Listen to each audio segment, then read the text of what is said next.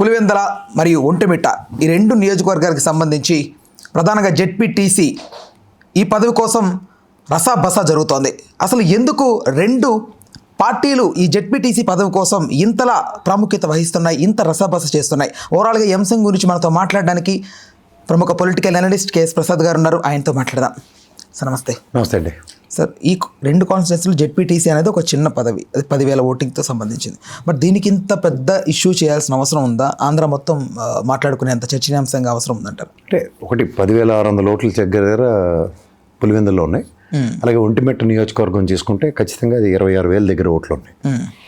ఈ రెండు ఏంటంటే చాలా ఇజ్జత్ కా సవాల్ ఓట్ల కిందే ఉంటాయి. ఎందుకంటే రెండు వైఎస్ఆర్సీపీ కాంకర్ చేసుకున్నవి. ఒకటి మాజీ ఎమ్మెల్యే గారు, ఇప్పుడు ప్రజెంట్ ఎమ్మెల్యే గారు ఆయన ఒక సీట్ని జెడ్పీటీసీని వదులుకుంటే జెడ్పీ చైర్మన్ స్థాయిని కూడా వదులుకున్నాడు.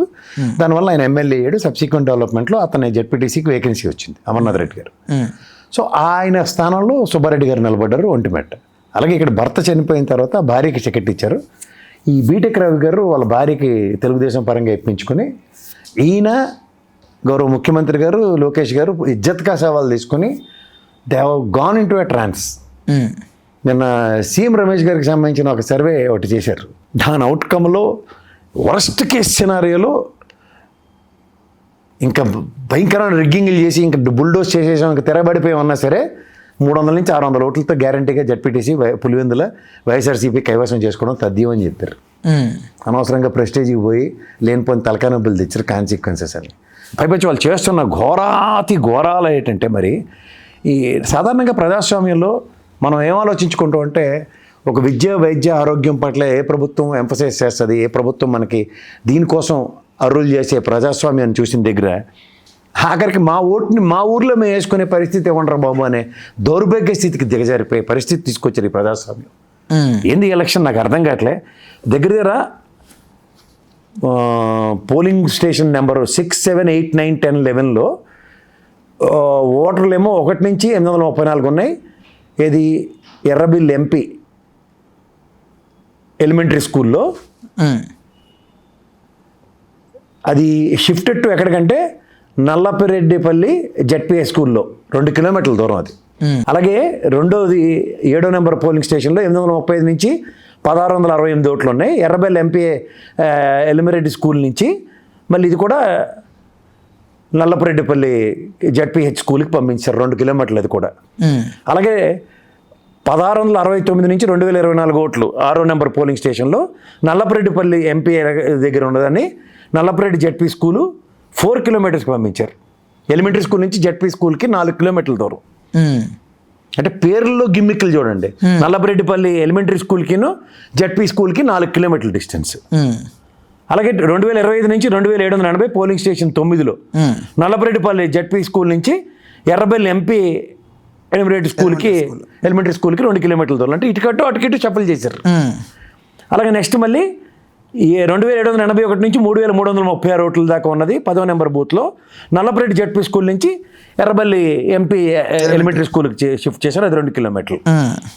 అలాగే 3,337 ఓట్ల నుంచి 3,901 ఓట్ల దాకా ఉన్న 11వ బూత్లో నల్లపురెడ్డి జెడ్పీ స్కూల్ నుంచి నల్లపురెడ్డి ఎలిమెంటరీ స్కూల్కి ఇచ్చారు. ఏంది ఇది? అంటే ఓటర్లని ఈ ఊరు నుంచి ఆ ఊరు నుంచి ఊరు ఫుట్బాల్ మ్యాచ్లా? అరే కన్వీనియంట్గా నియరెస్ట్ పాయింట్ ఎలక్షన్స్ చూసాం ఇప్పటిదాకా, ప్రయారిటైజేషన్స్ బట్టి. ఆఖరికి ఇక్కడ తెలంగాణలో ఈ మక్కా ఓట్లు ఉంటాయి, అవి కూడా నియరెస్ట్ ప్లేస్లో ఇస్తారు. చాలా విడ్డూరంగా, అసలు ఊహకందనంగా, ఇష్టారాజ్యంగా. ఈ ఎలక్షన్ కమిషన్ ఎక్కడి నుంచి వస్తున్నాయి ఈ సూపర్లేటివ్ డిగ్రీస్ డిస్క్రిప్షన్స్? దేశవ్యాప్తంగా విపరీతమైన చర్చ జరుగుతుంది ఒక పక్క వీళ్ళు చేసిన దగులుబాజీ పనులకి. అంటే స్వయం ప్రతిపత్తి అంటే వీళ్ళు చెప్తారు రేపు పొద్దున్న పకోడీ కబులు అక్కడ అనివార్య కారణాల వల్ల. ఏంటి అనివార్య కారణాలు? ఆ ఊరోళ్ళు ఇక్కడికి వస్తే ఇంకా టెన్షన్ కదా. ఈ ఊరోడు అడగపోతే సెక్యూరిటీ అది. అట్లీస్ట్ ఈ ఊరిలోడు మా ఊరోడైనా కనీసం కన్సిడరేషన్ ఇస్తారు కదా. ఏమంత సెన్సిటివిటీని డెవలప్ చేసేసారు నాకు అర్థం కాదు. అంటే లా అండ్ ఆర్డర్ ఇష్యూస్ వస్తాయండి. ఏంది లా అండ్ ఆర్డర్ ఇష్యూలు? మరి పోలీస్ బెటాలియన్ తీసుకోండి. రాష్ట్ర వ్యాప్తంగా ఎలక్షన్స్ లేవు కదా. కడప బెటాలియన్ నుంచి ఎంతసేపు వస్తారు ఇక్కడికి? కడప బెటాలియన్ ఉంది కదా అక్కడ. టూ మచ్ అయిపోయిందండి election. They have taken things as granted. ఇష్టారాజ్యంగా మేమే పులివెందుల్లో తెలుగుదేశం జెండా ఎగరాల్సిన టైం వస్తే ఎగురుతుంది. ఎగరాలను రాసి పెట్టి ఉంటే జరుగుతుంది. ప్రజల్లో అంత బడబాకి నుండి ప్రజాస్వామ్యం విలువలను పరిరక్షించుకోవడానికి ప్రభుత్వం పట్ల కన్సర్న్స్ పెరిగిపోతే ఆ కన్సర్న్స్తో ఓట్లు వేస్తే మీకు ప్రభుత్వాలు వస్తాయి. దాని నుంచి వస్తాయి. ఒక సింపతి గ్రౌండ్స్లో గతంలో చెప్పినట్టు ఒక ప్రాంతీయ పార్టీ ఒక వ్యక్తి చనిపోయినప్పుడు సానుభూతి పరంగా నిలబెట్టని ఔదార్యం కలిగిన తెలుగుదేశం పార్టీ కూడా ఏమి కాకుండా నిలబెట్టేస్తావు. ఏంటి అంత పదవి దాహాలు, అంత పదవీకాంక్షలు? ప్రజాశక్తి కంటే ఒక రాజకీయ నాయకుడి వ్యూహమే పనిచేస్తుంది. ఏంది వ్యూహం పనిచేస్తే చూద్దాం ప్రజాస్వామ్యాన్ని. ఇదేం మిషన్ ఓటింగ్ కాదు కదా, బ్యాలెట్ పేపర్ ఓటింగ్. రెండు తేలుతుంది ప్రజలు. ఒకవేళ సార్ ఇప్పుడు ఒకవేళ గనక పులివెందుల్లో వైసీపీ గెలిస్తే జనాల్లోకి ఎలాంటి మెసేజ్ వెళ్ళే అవకాశం ఉందంటారు? ఆల్రెడీ గెలిచిన సీట్ వైఎస్ఆర్సీపీ అండి. వెళ్తే ఇంకేంటి మెసేజ్ వెళ్తుంది నాకు అర్థం కదా. అంటే ఈ ప్రభుత్వం మీద తీవ్ర వ్యతిరేకత ఉంది, ఇదిగో రుజువు అన్నట్టు. ఒక ఎలక్షన్ ఒక బై ఎలక్షన్లు కాదు సార్. ఉదాహరణకి ఒక ఎమ్మెల్సీ ఎలక్షన్స్ ఇలాంటివి చూడండి. గతంలో 3 ఎలక్షన్స్ 108, 114 నియోజకవర్గాలను ప్రభావితం చేసిన అంశాలు వాటి మీద బేరీ చేసుకోవచ్చు. ఒక 4 గ్రామాలు 5 గ్రామాలకు సంబంధించిన ఒక జెడ్పీటీసీలని ఏ బేరీజ్ ఏ ప్రాతిపదికన ప్రభుత్వ వ్యతిరేకత కన్సర్న్గా ఉంది. అది పైపంచేది పులివెందుల కొన్ని ఒంటిమెట్ట ఇలాంటివన్నీ వాళ్ళ స్థావరాలు అవి.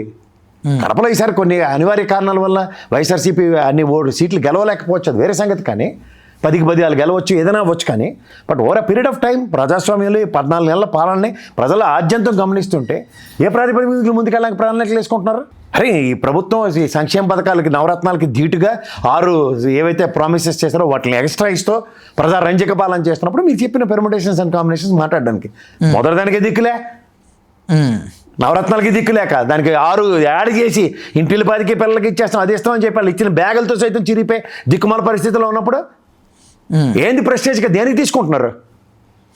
దేనికి అహంకారం లేదు. ప్రజాస్వామ్యం అనుకుంటారా, లేకపోతే మీ ఇష్టం వచ్చినట్టు రాజకీయ వ్యవస్థలాగా వీటో పవర్లు చూపించుకుంటూ గెలుద్దాం అనుకుంటున్నారా? అంటే గతంలో కుప్పంలో ఓడించారు కదా ఇదంతా. కుప్పంలో ఓడిస్తే నేను ఓడించాను, ప్రజలు ఓడించారు అక్కడ. అదే సార్, అదే మీరేమో పోటీ చేయట్లేదు, పోటీ నుంచి విరమించుకుంటున్నాం, ఇవి చెప్పింది ఎవరు?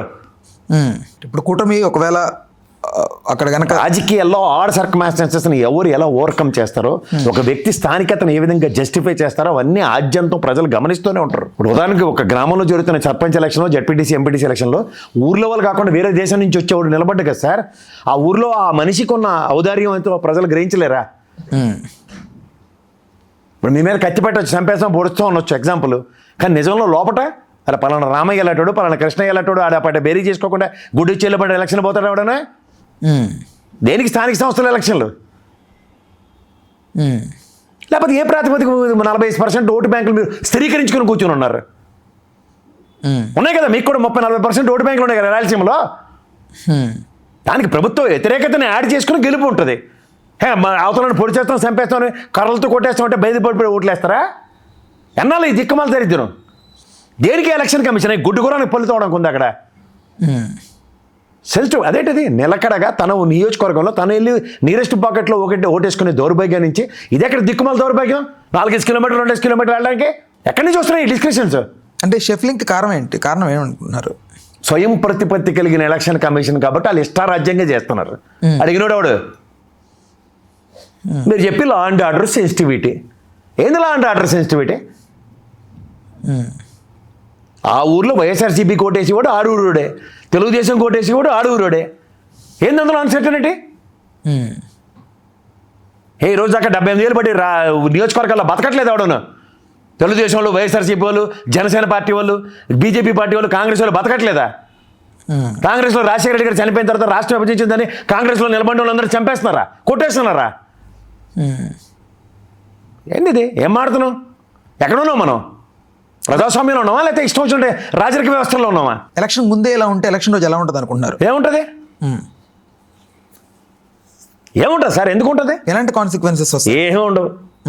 గెలవలేని దగ్గర గెలుస్తామన్న ఒక ఔదార్యం చాటుకుంటూ ఇష్టం వచ్చినట్టు ఇష్టారాజ్యంగా ఇష్టారీతిగా పోలీసు వ్యవస్థ మా చేతిలో ఉన్నది, ఎలక్షన్ కమిషన్ చెప్పిన మాట వింటుంది అని ఇష్టారాజ్యంగా చేస్తే మరి దేనికి స్వతంత్ర ప్రతిపత్తులు? అన్నిటికీ పోలీసు వ్యవస్థ స్వతంత్ర ప్రతిపత్తి, ఎలక్షన్ కమిషన్ స్వతంత్ర ప్రతిపత్తి. చేయండి ఇష్టారాజ్యంగా ఎలక్షన్లు చేస్తుంటే ఏమవుతుంది? పౌరుషం ఉన్నాడు 4 కిలోమీటర్లు పరిగెట్టుకెళ్ళి ఓటేసి వస్తాడు, ఏం చేయగలుగుతావు? అని ఆపగలవా? ఓటైతే తొలగించలేవు కదా.